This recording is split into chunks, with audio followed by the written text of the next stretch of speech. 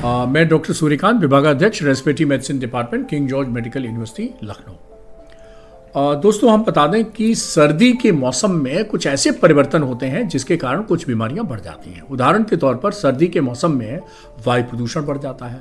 आपने देखा होगा कि जो एयर क्वालिटी है बहुत ख़राब हो जाती है। सर्दी के मौसम में हमारी जितनी सांस की नलियाँ हैं और चाहे खून की नलियाँ हैं, उनमें थोड़ी सिकुड़न आ जाती है, जिसके कारण सांस के रोगी बढ़ जाते हैं और हार्ट अटैक और बीपी के भी समस्या बढ़ जाती है। सर्दी के मौसम में हमारी एक्टिविटी कम हो जाती है और हम कहते भी हैं कि भाई सर्दी के मौसम में मॉर्निंग वॉक ना करें क्योंकि वायु प्रदूषण ज़्यादा होता है।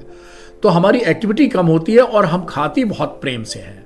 अब इस मौसम में गाजर का हलवा आएगा तो आलू का पराठा आएगा, कचौड़ी आएगी, समोसा आएगा, सब कुछ आएगा। मौसम का तकाजा है और हमारे भारतीय तो खाने पीने में बड़ा आगे हैं, तो उसके कारण वजन बढ़ जाता है लोगों का। वजन बढ़ेगा तो और इनटेक ज़्यादा होगा तो फिर बीपी भी बढ़ जाता है, शुगर भी बढ़ जाती है। तो बहुत सारी समस्याएं सर्दियों में बढ़ जाती हैं। तो इसलिए सर्दियों में विशेष ध्यान रखना पड़ता है। देखिए, सर्दी के मौसम में निमोनिया होने का खतरा ज़्यादा है और जिनको ऑलरेडी सांस की तकलीफ है उनको लंग अटैक होने का खतरा ज़्यादा है। अब कई आपके श्रोता सोच रहे होंगे कि भाई ये लंग अटैक क्या होता है। तो जैसे हार्ट अटैक होता है वैसे ही लंग अटैक होता है।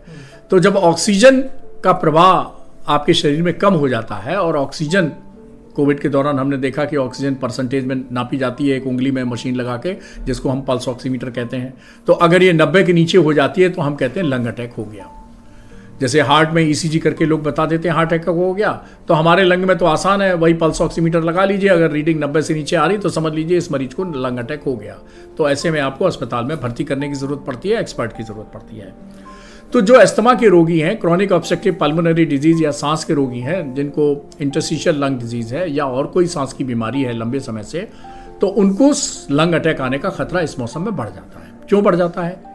2-3 कारण हैं। एक तो ये है कि भाई इसी वातावरण से हम सांस ले रहे हैं और वायु प्रदूषण बढ़ गया, तो नेचुरली हमारे अंदर जो सांस आ रही है फेफड़े में, वो उतनी ऑक्सीजन नहीं ला रही है जितनी जब वायु प्रदूषण कम होता है, तो क्योंकि उसमें फ्रेश ऑक्सीजन होती है। तो हमारे पास जो है वो प्रदूषित वायु जा रही है और ये प्रदूषित वायु सांस की नलियों में जाकर सूजन पैदा कर रही है और सूजी हुई सांस की नलियां सिकुड़ जाती हैं। तो इसलिए सांस का मार्ग सकरा हो जाता है और उतनी ऑक्सीजन जितनी हमको चाहिए उतनी ऑक्सीजन नहीं मिल पाती है, जिससे हमारी सांस फूलने लगती है, लंग का अटैक हो जाता है, सांस का अटैक हो जाता है। दूसरा कारण क्या होता है कि लोग मानते नहीं है, मॉर्निंग वॉक करने चले जाते हैं और मॉर्निंग में कोहरा इस समय आ जाता है। अब प्रदूषण जो है घना और हो जाता है, स्मॉग की प्रॉब्लम आ जाती है, ठंडी हवा हमारे फेफड़े में चली जाती है, तो भी हमारे जो सांस के रोगी हैं उनकी सांस का खतरा, लंग अटैक का खतरा बढ़ जाता है। तीसरा कारण क्या है कि हम जो है खाने पीने में कुछ ऐसे बदपरहेजी कर देते हैं, तो उसके कारण भी हमारी सांस की तकलीफ बढ़ जाती है। तो ये सब कारण हैं जिसके कारण हमारी, तो आज सांस के रोगियों को मैं सलाह दूंगा नंबर 1 कि सब लोग एक पल्स ऑक्सीमीटर रखें। अब आप कहेंगे ये क्या होता है? तो जैसे शुगर नापते हैं आप, रखते हैं ग्लूकोमीटर, आप बीपी नापते हैं, रखते हैं स्पेग्नोमेनोमीटर, और इसी तरह सांस को नापने के लिए कोविड के दौरान आपने इस उपकरण का नाम सुना होगा। छोटी सी मशीन होती है, बहुत सस्ती होती है, और उंगली में लगाइए तो आपकी पल्स रेट बता देती है और ऑक्सीजन बता देती है, इसलिए इसका नाम है पल्स ऑक्सीमीटर, यानी पल्स भी बताएगी और ऑक्सीजन भी बताएगी।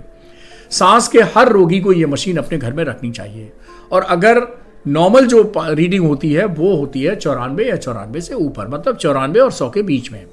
अगर 94 से नीचे गिर रही है और 90 तक आ रही है तो मतलब आपका सांस का मामला जो है वो गड़बड़ है, आपको चैतन्य हो जाना चाहिए, डॉक्टर से सलाह जरूर लेनी चाहिए। लेकिन अगर ये रीडिंग 90 से नीचे जा रही है तो अस्पताल में आपको भर्ती की ज़रूरत है। तो इसलिए पहला मेरा निवेदन है कि सब लोग सांस के रोगी जितने हैं, चाहे मेरा अगर प्रोग्राम सुन रहे हैं तो अस्थमा के रोगी और क्रॉनिक ऑब्स्ट्रक्टिव पल्मोनरी डिजीज़ के रोगी या ILD जैसी बीमारी, इंटरस्टिशियल लंग डिजीज़ की बीमारी या लंग कैंसर के रोगी, अगर कोई ऐसा रोगी है जिसको भी लंबे समय से सांस की समस्या बनी हुई है, उन सबको पल्स ऑक्सीमीटर रखना चाहिए। नंबर दूसरी बात है कि ऐसे लोगों को मैं तो कहूँगा कोई भी बीमारी हो, इन सभी को मॉर्निंग वॉक नहीं करनी चाहिए। इस समय मॉर्निंग वॉक फायदे से ज़्यादा नुकसान करेगी। तो फिर आप कहेंगे कि वॉक करनी नहीं चाहिए, बिल्कुल करनी चाहिए। सूर्य भगवान निकले हैं, सूर्य धूप निकली हुई है, आप खूब वॉक करिए। वॉक तो वॉक होती है, पैरों से ही करनी पड़ेगी, सुबह कर लो, चाहे दोपहर कर लो, चाहे शाम को कर लो। तो जब धूप निकली हुई है तब और धूप में वॉक करने का एक और फायदा, धूप में बैठेंगे चलेंगे तो आपको विटामिन डी भी मिलेगा, तो वो भी ज़रूरी है।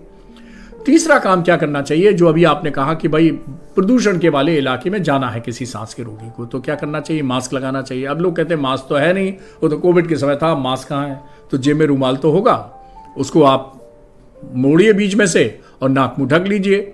लड़कियां हैं उनके पास दुपट्टा होता है, वो 4 परत करें, वो बना लें। गांव का आदमी है उसके पास गमछा होता है, अंगोछे को 4 परत बनाएं और नाक मुंह ढक लें। तो इस तरह से हम ढक सकते हैं और हम वायु प्रदूषण से बच सकते हैं। और क्या कर सकते हैं वायु प्रदूषण को दुष्प्रभाव हटाने के लिए, जब घर में लौटें शाम को तो 5 मिनट भाप ले लीजिए पानी उबाल के। तो जैसे ही आप भाप लेते हैं, भाप को मैं कहता हूं फेफड़े का या सांस की नलियों का झाड़ू पोंछा। तो जैसे घर में झाड़ू पोंछा लगाने से आप गंदगी साफ कर लेते हैं, उसी तरह फेफड़े में जो वायु प्रदूषण का दुष्प्रभाव हुआ है, अगर आप शाम को 5 मिनट की भाप ले लेंगे तो दुष्प्रभाव काफी हद तक कम हो जाएगा।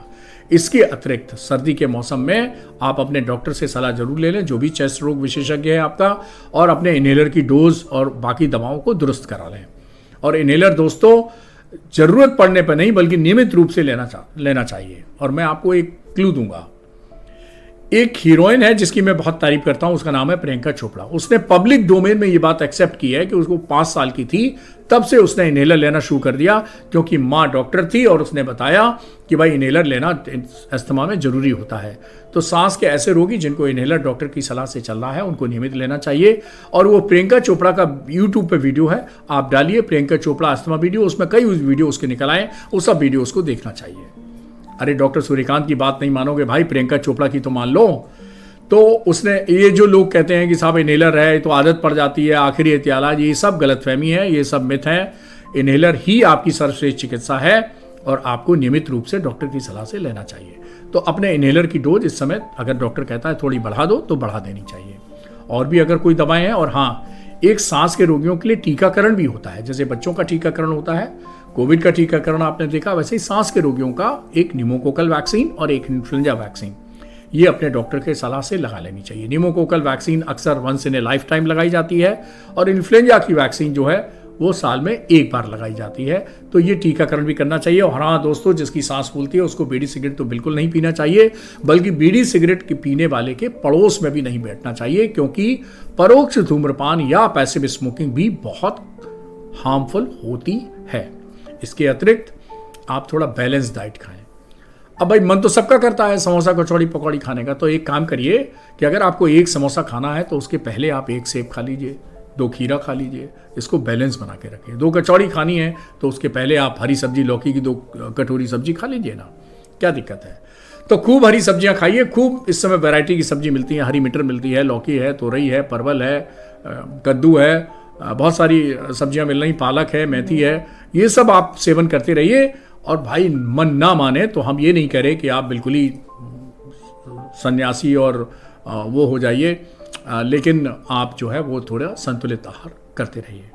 तो ये सब आप करते रहेंगे तो स्वस्थ रहेंगे और सांस भी आपकी कंट्रोल में रहेगी।